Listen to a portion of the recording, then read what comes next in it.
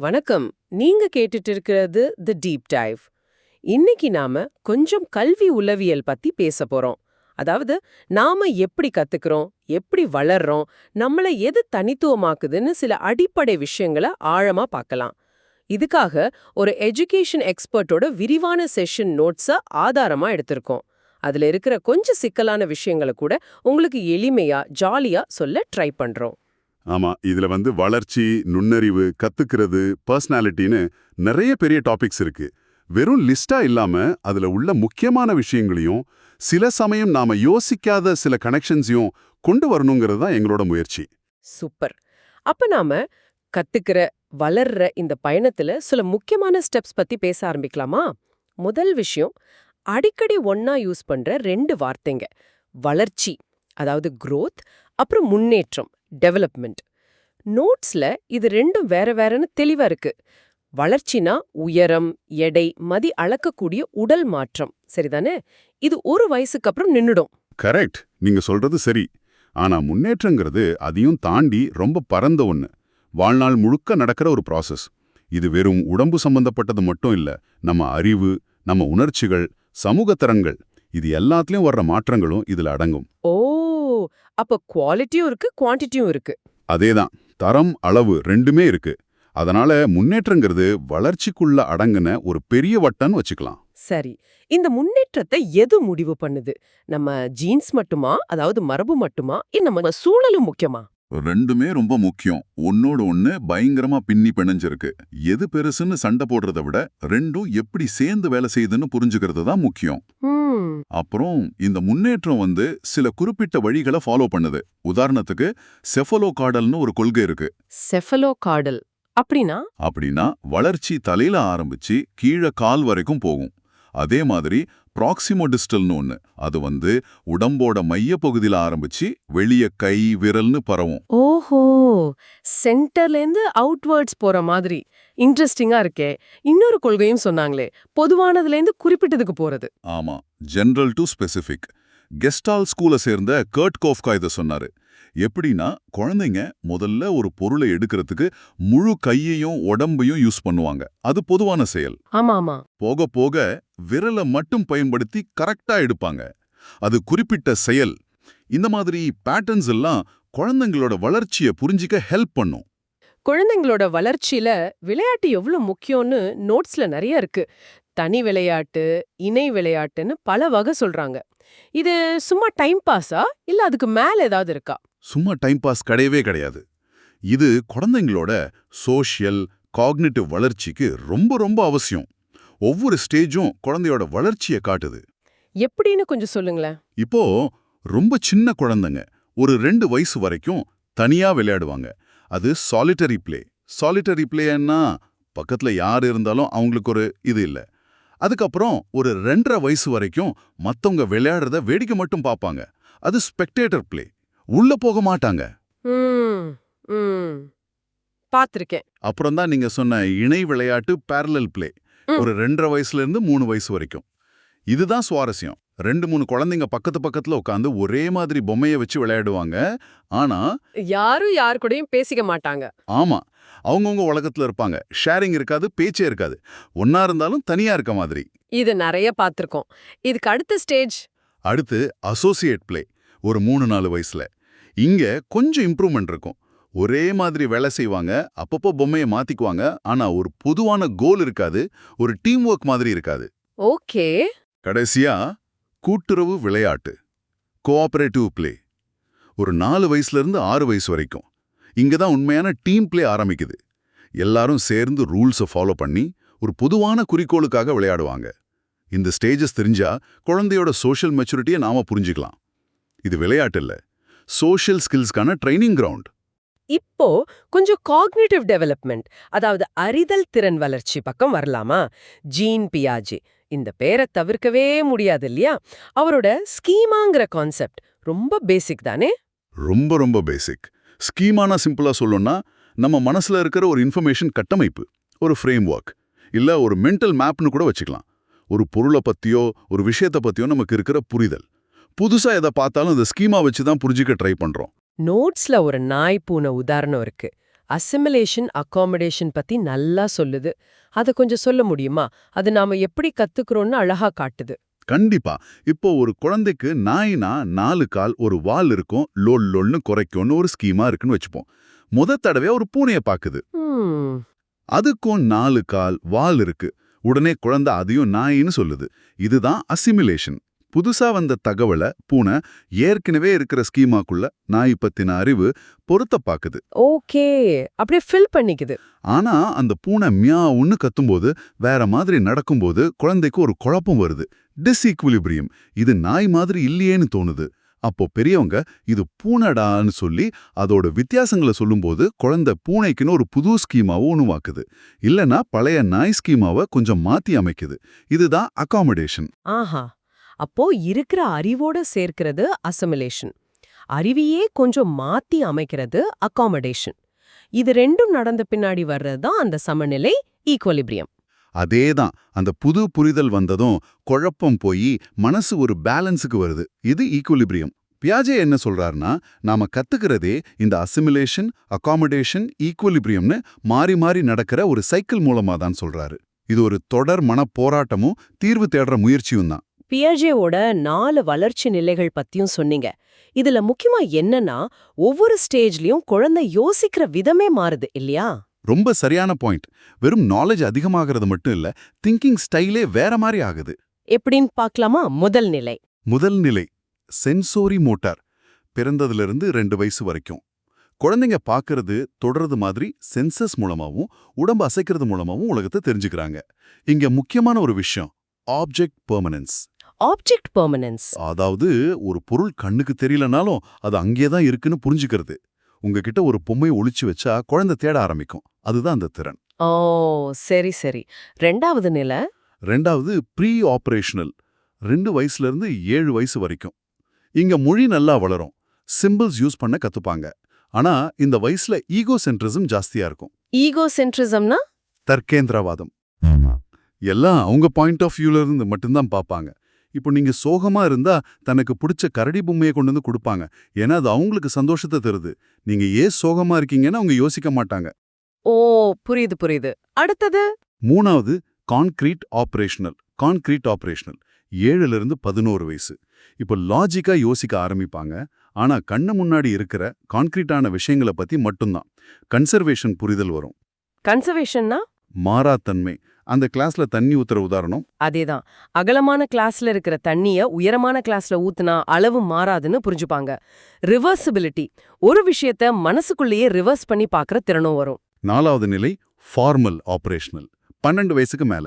ஆமா, இங்கதான் abstract thinking, அதாவது கருத்தியலா யோசிக்கிறது, ஹைபோதசிஸ் உருவாக்கி டெஸ்ட் பண்றது மாதிரி ஹையர் லெவல் சிந்தனை எல்லாம் வரும். சயின்ஸு, பிலாசபி எல்லாம் புரிஞ்சிக்க இது தேவை. பியாஜே ஒழுக்க வளர்ச்சி, மாரல் டெவலப்மெண்ட் பத்தியும் பேசியிருக்காரே. குழந்தைங்க எது சரி எது தப்புன்னு புரிஞ்சுக்கிறதும் வயசுக்கேத்த மாதிரி மாறுமா? கண்டிப்பா மாறும். ஆரம்பத்துல ஒரு 4 வயசுல இருந்து 7 வயசு வரைக்கும் ஹெட்டரோனமஸ் மொராலிட்டின்னு சொல்லுவோம். ரூல்ஸ்னா பெரியவங்க சொன்னது அதை மாத்தவே முடியாதுன்னு நினைப்பாங்க. தப்பு பண்ணா கண்டிப்பா தண்டனை கிடைக்கும்னு ஒரு நம்பிக்கை இருக்கும். இம்மனன்ட் ஜஸ்டிஸ். அப்போ தெரியாம செஞ்ச தப்புக்கும் வேணும்னே செஞ்ச தப்புக்கும் வித்தியாசம் தெரியாதா? தெரியாது. விளைவு தான் முக்கியம். தெரியாம 10 கப் உடைஞ்சாலும், வேணும்னே 1 கப் உடைஞ்சாலும் 10 கப் உடைஞ்சது தான் பெரிய தப்புன்னு நினைப்பாங்க. ஓ, ஆனா ஒரு 10 வயசுக்கு மேல ரூல்ஸுங்கிறது மனுஷங்க சூழ்நிலைக்கு ஏத்த மாதிரி உருவாக்குனது, தேவைப்பட்டா மாத்தலான்னு புரிஞ்சுப்பாங்க. ஒருத்தரோட நோக்கத்தையும் யோசிக்க ஆரம்பிப்பாங்க. வேணும்னே உடைச்ச ஒரு கப் தான் பெரிய தப்புன்னு இப்ப புரிஞ்சுப்பாங்க. சரி. நாம எப்படி யோசிக்கிறோம்னு பார்த்தாச்சு. அடுத்த கேள்வி, நுண்ணறிவு, இன்டெலிஜென்ஸ்னா என்ன? இது பத்தி ஏகப்பட்ட தியரி இருக்குதே. நோட்ஸ்லயும் நிறைய பேர் இருக்காங்க. உண்மைதான். இன்டெலிஜென்ஸை வரையறை செய்யறதே ஒரு பெரிய சவால். அதனால தான் பல தியரிஸ் வந்திருக்கு. ஆரம்ப காலத்துல ஆல்ஃபிரட் பினே மாதிரி ஆட்கள் இன்டெலிஜென்ஸுங்கிறது ஒரே ஒரு பொதுவான திறமை, ஜி ஃபேக்டர்னு நினைச்சாங்க. பினே தான் முதல் இன்டெலிஜென்ஸ் டெஸ்ட்டை உருவாக்குனாரு.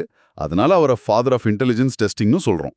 ஓகே. ஆனா சார்ல்ஸ் பியர்மேன் இதை இன்னும் கொஞ்சம் விரிவாக்கி, ஒரு பொதுவான காரணி ஜி ஃபேக்டர் எல்லா வேலைக்கும் தேவைதான், ஆனா ஒவ்வொரு ஸ்பெசிஃபிக் வேலைக்கும், உதாரணமா மியூசிக், கணக்குக்கு ஒரு ஸ்பெஷல் காரணி எஸ் ஃபேக்டர் இருக்குன்னு சொன்னாரு. அது 2 ஃபேக்டர் தியரி. ஆனா ஹோவர்ட் கார்ட்னர் வர்றப்போ இது மொத்தமா மாறுது இல்லையா? அவரோட மல்டிபிள் இன்டெலிஜென்ஸ் தியரி ரொம்ப ஃபேமஸ். ஆமா, கார்னரோட கான்ட்ரிபியூஷன் ரொம்ப முக்கியம். அவரு ஒரே ஒரு இன்டெலிஜென்ஸ் தாங்கிற ஐடியாவே ரிஜெக்ட் பண்ணாரு. மொழித்திறமை, கணக்கு திறமை மட்டும் இல்லாம மியூசிக், உடம்ப அசைக்கிற திறன், பாடி கைனஸ்தெட்டிக், இடம் சம்பந்தப்பட்டது, ஸ்பேஷியல், தன்னைத்தானே புரிஞ்சுக்கிறது, இன்ட்ராபர்சனல், மத்தவங்கள புரிஞ்சுக்கிறது, இன்டர்பர்சனல், இயற்கை, நேச்சுரலிஸ்ட், அப்புறம் இருத்தலியல், எக்ஸிஸ்டென்ஷியல்னு மொத்தம் 9 வகை இன்டெலிஜென்ஸ் இருக்குன்னு சொன்னாரு. 9 வகையா? ஆமா. இதுல நாம கவனிக்க வேண்டியது என்னன்னா, நம்ம ஸ்கூல்ஸ் பெரும்பாலும் முதல் 2 மட்டும்தான் பெருசா மதிக்குது. ஆனா மத்த திறமைகளும் ஈக்குவலா முக்கியங்கிறது கார்ட்னரோட வாதம். இது ஒவ்வொருத்தரோட யூனிக் டேலண்ட்டையும் மதிக்கணும்னு சொல்லுது. ராபர்ட் ஸ்டர்ன்பர்கோட ட்ரையார்கிக் தியரி அது கொஞ்சம் பிராக்டிக்கலா இருக்கிற மாதிரி தெரியுதே. ஆமா, ஸ்டர்ன்பர்க் 3 வகை இன்டெலிஜென்ஸ் பத்தி பேசுறாரு. 1 அனலிட்டிக்கல், இதுதான் ஸ்கூல்ல டெஸ்ட் பண்ற லாஜிக்கல் திங்கிங். 2வது கிரியேட்டிவ், புது ஐடியாஸ் கொண்டு வர்றது, வித்தியாசமா யோசிக்கிறது. 3வது பிராக்டிக்கல், இதுதான் ஸ்ட்ரீட் ஸ்மார்ட்னு சொல்றது, அன்றாட லைஃப் பிரச்சனைகளை சமாளிக்கிற திறமை. ஸ்டர்ன்பர்க் என்ன சொல்றாருன்னா, இந்த 3மே வாழ்க்கையில ஜெயிக்க முக்கியம், வெறும் படிப்பு மட்டும் போதாதுன்னு சொல்றாரு. இது மாதிரி தார்ன்டைக், தர்ஸ்டோன், கில்ஃபோர்ட்னு நிறைய பேர் இன்டெலிஜென்ஸோட பல முகங்களை பத்தி பேசியிருக்காங்க. ஆனா மெயின் மெசேஜ் இன்டெலிஜென்ஸ்ங்கிறது ஒரே ஒரு விஷயம் இல்ல. இப்போ லேர்னிங் தியரிஸ், அதாவது கற்றல் கோட்பாடுகளுக்கு வருவோம். லேர்னிங்க நடத்தையில ஒப்பீட்டளவில் நிரந்தரமான மாற்றம்னு சொல்றோம். ஏன் அந்த ஒப்பீட்டளவில், ரிலேட்டிவ்லிங்கிற வார்த்தை? ஏன்னா கத்துக்கிறதுங்கிறது ஒரு ஃபைனலான விஷயம் இல்ல. ஒரு தடவை கத்துக்கிட்டது அப்படியே இருக்கணும்னு இல்ல. புது அனுபவம், புதுசா கத்துக்கிறது மூலமா பழைய லேர்னிங் மாறலாம், மறக்கலாம், இல்ல இன்னும் பெட்டர் ஆகலாம். அதனால தான் ரிலேட்டிவ்லி பெர்மனன்ட். சரி, இதுலயும் நிறைய தியரிஸ் இருக்கு. பிஹேவியரிசம் பத்தி நோட்ஸ்ல தார்ன்டைக், பாவ்லாவ், ஸ்கின்னர்னு வருது. ஆமா, பிஹேவியரிஸ்ட்ஸ் மனசுக்குள்ள என்ன நடக்குதுன்னு ரொம்ப யோசிக்காம வெளியே தெரிகிற நடத்தைகள் எப்படி உருவாகுதுன்னு பார்த்தாங்க. தார்ன்டைக் 3 முக்கியமான லாஸ் சொன்னாரு. Law of readiness, exercise, effect. இதுல எஃபெக்ட் லா ரொம்ப முக்கியம். ஒரு வேலை செஞ்சா அதோட ரிசல்ட் நல்லா இருந்தா அந்த வேலையை திரும்ப செய்வோம். இது ஸ்கின்னருக்கு பேஸா இருந்துச்சுன்னு சொன்னீங்க. ஆமா, பாவ்லோவோட கிளாசிக்கல் கண்டிஷனிங் நமக்கு தெரியும்ல, அந்த நாய் எக்ஸ்பெரிமெண்ட். மணியையும் சாப்பாட்டையும் சேர்த்து கொடுத்து மணி அடிச்சாலே எச்சிலூற வச்சது. இது பெரும்பாலும் நம்ம கண்ட்ரோல்ல இல்லாத இன்வாலண்டரி ரியாக்ஷன்ஸை விளக்குது. ஆனா ஸ்கின்னரோடது வேற மாதிரி, ஆப்ரண்ட் கண்டிஷனிங். கரெக்ட். அது நம்ம கண்ட்ரோல்ல இருக்கிற வாலண்டரி நடத்தைகளை பத்தி. ஒரு பிஹேவியருக்கு அப்புறம் கிடைக்கிற கான்சிக்வென்ஸ் தான் அந்த பிஹேவியர் திரும்ப நடக்குமா இல்லையான்னு முடிவு பண்ணுது. அந்த ABC formula, antecedent, behaviour, consequence. Reinforcement நடத்தையை அதிகப்படுத்தும், பனிஷ்மெண்ட் குறைக்கும். ஆனா கத்துக்கிறதுங்கிறது வெறும் ஸ்டிமுலஸ் ரெஸ்பான்ஸ், பரிசு தண்டனை, இது மட்டும்தானா? சோஷியல் காக்னிட்டிவ் தியோரிஸ் வேற மாதிரி சொல்லுதே. ரொம்ப கரெக்டான கேள்வி. ஆல்பர்ட் பண்டூரா மாதிரி சோஷியல் காக்னிட்டிவ் ஆட்கள் என்ன சொன்னாங்கன்னா, நாம மத்தவங்கள பார்த்தே நிறைய விஷயங்களை கத்துக்கிறோம்னு சொன்னாங்க. குறிப்பா செல்ஃப் எஃபிகசின்னு ஒரு கான்செப்ட் சொன்னார். செல்ஃப் எஃபிகசினா? ஒருவேளை என்னால சரியா செய்ய முடியும்னு நமக்கு நம்ம மேல இருக்கிற நம்பிக்கை. இந்த நம்பிக்கை கத்துக்கிறதுல ரொம்ப முக்கியம்னு பண்டூரா சொன்னாரு. காக்னிட்டிவ் தியரிஸ் மனசுக்குள்ள நடக்கிற யோசனை, புரிதல், மெமரி மாதிரி ப்ராசஸ்க்கு இம்பார்ட்டன்ஸ் கொடுத்தாங்க. உதாரணமா எட்வர்ட் டால்மன் லேட்டன்ட் லேர்னிங் அப்படின்னு சொன்னாரு. லேட்டன்ட் லேர்னிங், மறைஞ்சிருக்கிற கற்றலா? ஆமா, சில விஷயங்களை நாம கத்து வச்சிருப்போம், ஆனா ஒரு தேவை வர்ற வரைக்கும் இல்ல ஒரு பரிசு கிடைக்கிற வரைக்கும் அதை வெளியே காட்ட மாட்டோம். எலிங்க பரிசு இல்லாமலே ஒரு வழியை கத்துக்கிட்டதோ ப்ரூவ் பண்ணாரு. கத்துக்கிறதுக்கு பரிசு தேவையில்லை, ஆனா செஞ்சு காட்டுறதுக்கு பெர்ஃபார்மன்ஸ்க்கு பரிசு தேவைப்படலான்னு சொன்னாரு. கர்ட் லூவின் மாதிரி ஆட்கள் ஒருத்தரோட பர்சனாலிட்டியும் அவங்க இருக்கிற சூழலும் சேர்ந்து தான் நடத்தைய தீர்மானிக்குதுன்னு B=F(b)ன்னு சொன்னாங்க, ஃபீல்டு தியரி. கிளார்க் ஹல் மாதிரி ஆட்கள் நம்ம தேவைகள் எப்படி நம்மள ஒரு விஷயத்த செய்ய தூண்டுது, டிரைவ் ரிடக்ஷன் விளக்க ட்ரை பண்ணாங்க. ஆக கத்துக்கிறதுக்கு பல வழிகள் இருக்கு. சுத்தி நடக்கிறத பாக்குறது, செஞ்சு பார்த்து தெரிஞ்சுக்கிறது, யோசிச்சு புரிஞ்சுக்கிறது, இன்னும் பல ரூட் இருக்கு. இந்த தியரிஸ் எல்லாம் தெரிஞ்சுக்கிறது நாம எப்படி இன்னும் நல்லா கத்துக்கலான்னு ஹெல்ப் பண்ணுமா? கண்டிப்பா. ஒவ்வொருத்தரும் ஒவ்வொரு ஸ்டைல்ல நல்லா கத்துப்பாங்க. உங்களுக்கு எது மோட்டிவேட் பண்ணுது? நேரடியா செஞ்சு பார்க்கறதா, மத்தவங்கள பார்க்கறதா, இல்ல தனியா உட்கார்ந்து படிச்சு புரிஞ்சுக்கிறதா? இந்த தியரிஸ் எல்லாம் உங்களோட ஓன் லேர்னிங் ஸ்டைலை புரிஞ்சுக்கிறதுக்கும் அதை இம்ப்ரூவ் பண்றதுக்கும் ஒரு ஃப்ரேம்வொர்க் கொடுக்குது. கடைசியா பர்சனாலிட்டி, ஆளுமை. ஒருத்தரை மத்தவங்க கிட்ட இருந்து வித்தியாசப்படுத்தி காட்டுற அந்த ஒரு விஷயம். இது எப்படி உருமாகுது? இதுலயும் பல பார்வை இருக்கே. ஆமா. பர்சனாலிட்டிங்கிறது ஒருத்தரோட ஓரளவுக்கு நிலையான யோசனை, உணர்வு, நடத்தை முறைகள் சேர்ந்தது. இதை விளக்குறதுக்கும் பல அப்ரோச் இருக்கு. சொல்லுங்க. ஒன்னு டைப் அப்ரோச். Type approach. இது ஆளுங்கள சில டைப்பா பிரிக்குது. உடம்பு வாக வச்சு கிரச்மர் இல்ல ஷெல்டன் பிரிச்ச மாதிரி குண்டு, ஒல்லி, தசைன்னு. இது ஈஸி தான், ஆனா மனுஷனோட பர்சனாலிட்டி அவ்வளோ சிம்பிள் இல்ல. ஆமா, அது சரிதான். ரெண்டாவது ட்ரேட் அப்ரோச். இது பர்சனாலிட்டிய சில அடிப்படை குணங்களோட கலவையா பாக்குது. கார்டன் ஆல்போர்ட் இத 3 லெவலா பிரிச்சாரு. ரொம்ப முக்கியமானது கார்டினல், மையமானது சென்ட்ரல், சூழ்நிலைக்கு ஏத்த மாதிரி வர்றது செகண்டரி. ரேமன் கேட்டல்னு ஒருத்தர் 16 முக்கியமான குணங்கள சோர்ஸ் ட்ரேட்ஸை கண்டுபிடிச்சு அதை அளக்க 16 PFன்னு ஒரு டெஸ்டும் உருவாக்கினார். இந்த அப்ரோச் பர்சனாலிட்டியை ஓரளவுக்கு அளக்கவும் கணிக்கவும் உதவுது. சிக்மண்ட் ஃப்ராய்ட் அவரோட சைக்கோ அனலிட்டிக் அப்ரோச் மொத்தமா வேற மாதிரி இல்லையா? அது அன்கான்ஷியஸ் மைண்ட், நனவெளி மனசுக்கே ரொம்ப முக்கியத்துவம் கொடுக்குது. பயங்கரமா. ஃப்ராய்ட் படி நம்ம பர்சனாலிட்டியோட பெரிய பகுதி நம்ம கண்ட்ரோல்ல இல்லாத அன்கான்ஷியஸ்ல இருக்கிற ஆசைகள், பயங்கள், குறிப்பா சின்ன வயசு அனுபவத்தால தான் உருவாகுது. அவர் மனச 3ஆ பிரிச்சாரு. இட் ஆசைகளோட இருப்பிடம், பிளஷர் பிரின்சிபிள். ஈகோ ரியாலிட்டியோட பேலன்ஸ் பண்றது. சூப்பர் ஈகோ நம்ம மனசாட்சி, moral principle. Oh, id, ego, super ego. ஆமா, இது 3க்கும் நடுவுல நடக்கிற போராட்டம் தான் நம்ம நடத்தையா வெளியே வருதுன்னு சொன்னாரு. அப்புறம் அந்த சைக்கோசெக்சுவல் ஸ்டேஜஸ், டிஃபென்ஸ் மெக்கானிசம்ஸ் மாதிரியான கான்செப்ட்ஸும் அவரோடது. இது பர்சனாலிட்டியோட ரொம்ப ஆழமான, மறைஞ்சு கிடக்கிற பகுதியை பாக்குது. இதுக்கு அப்படியே ஆப்போசிட்டா ஹியூமனிஸ்டிக் அப்ரோச் இருக்கே, அது மனுஷனோட வளர்ச்சி, அவனோட சாய்ஸ்க்கு முக்கியத்துவம் கொடுக்குதுன்னு சொல்றாங்க. இயங்குறவங்க இல்ல, அவங்களுக்குள்ளேயே வளரணும், தன்னை முழுமையாக்கிக்கணும், செல்ஃப் ஆக்சுவலைசேஷன் ஒரு ஆசை இருக்குன்னு சொன்னாங்க. மாஸ்லோவோட அந்த தேவைகள் படிநிலை இருக்கே. ஆமா ஆமா, அந்த பிரமிடு. அதேதான். அப்புறம் ராஜர்ஸ் சொன்ன ஃபுல்லி ஃபங்க்ஷனிங் பர்சன் கான்செப்ட். இதெல்லாம் மனுஷனோட பாசிட்டிவ் சைடையும் அவனோட பொட்டென்ஷியலையும் மையமா வச்சு பேசுது. ஆக மொத்தம் ஒருத்தரோட பர்சனாலிட்டிய புரிஞ்சிக்க இத்தனை விதமான கண்ணாடிகள் இருக்கு. ஒவ்வொன்றும் ஒவ்வொரு ஆங்கிள காட்டுது. அருமை. இன்னைக்கு நம்ம வளர்ச்சி, விளையாட்டு, பியாஜேவோட காக்னிட்டிவ் டெவலப்மெண்ட், இன்டெலிஜென்ஸ்ல இருக்கிற பல வகைகள், கத்துக்கிறதுக்கான பல வழிகள், பர்சனாலிட்டிக்கான வெவ்வேறு தியரின்னு எஜுகேஷனல் சைக்காலஜியோட நிறைய முக்கியமான விஷயங்களை டச் பண்ணி பேசியிருக்கோம். இது ஒரு ஆரம்பம்தான். இருந்தாலும் இந்த டிஸ்கஷன் உங்களுக்கு ஒரு நல்ல ஸ்டார்டிங் பாயிண்டா இருக்கும்னு நம்புறோம். நிச்சயமா. இந்த கான்செப்ட்ஸ் எல்லாம் தெரிஞ்சுக்கிறது வெறும் எக்ஸாம் பாஸ் பண்றதுக்கு மட்டும் இல்ல, உங்களை நீங்களே நல்லா புரிஞ்சுக்கிறதுக்கும் மத்தவங்க ஏன் அப்படி நடந்துக்கிறாங்கன்னு கொஞ்சம் யோசிக்கிறதுக்கும் இது உதவும். இது உங்களை ஒரு பெட்டர் லேர்னரா, இன்னும் கொஞ்சம் எம்பதட்டிக்கான மனுஷனா மாத்தும். சரி, நீங்க யோசிச்சு பார்க்க ஒரு கேள்வி. இன்னைக்கு நாம பேசின தியரிஸ்ல எதையாவது உங்களோட லைஃப் கூட கனெக்ட் பண்ணி பார்க்க முடியுதா? உதாரணத்துக்கு கார்ட்னரோட மல்டிபிள் இன்டெலிஜென்ஸ் தியரி நீங்க இதுவரைக்கும் கண்டுக்காம விட்ட உங்களோட ஒரு டேலண்ட பத்தி புதுசா யோசிக்க வைக்குதா? இல்ல பாண்டோரா சொன்ன அப்சர்வேஷனல் லேர்னிங் உங்க பழக்க வழக்கங்கள் எப்படி உருவாகி இருக்கும்னு யோசிக்க வைக்குதா?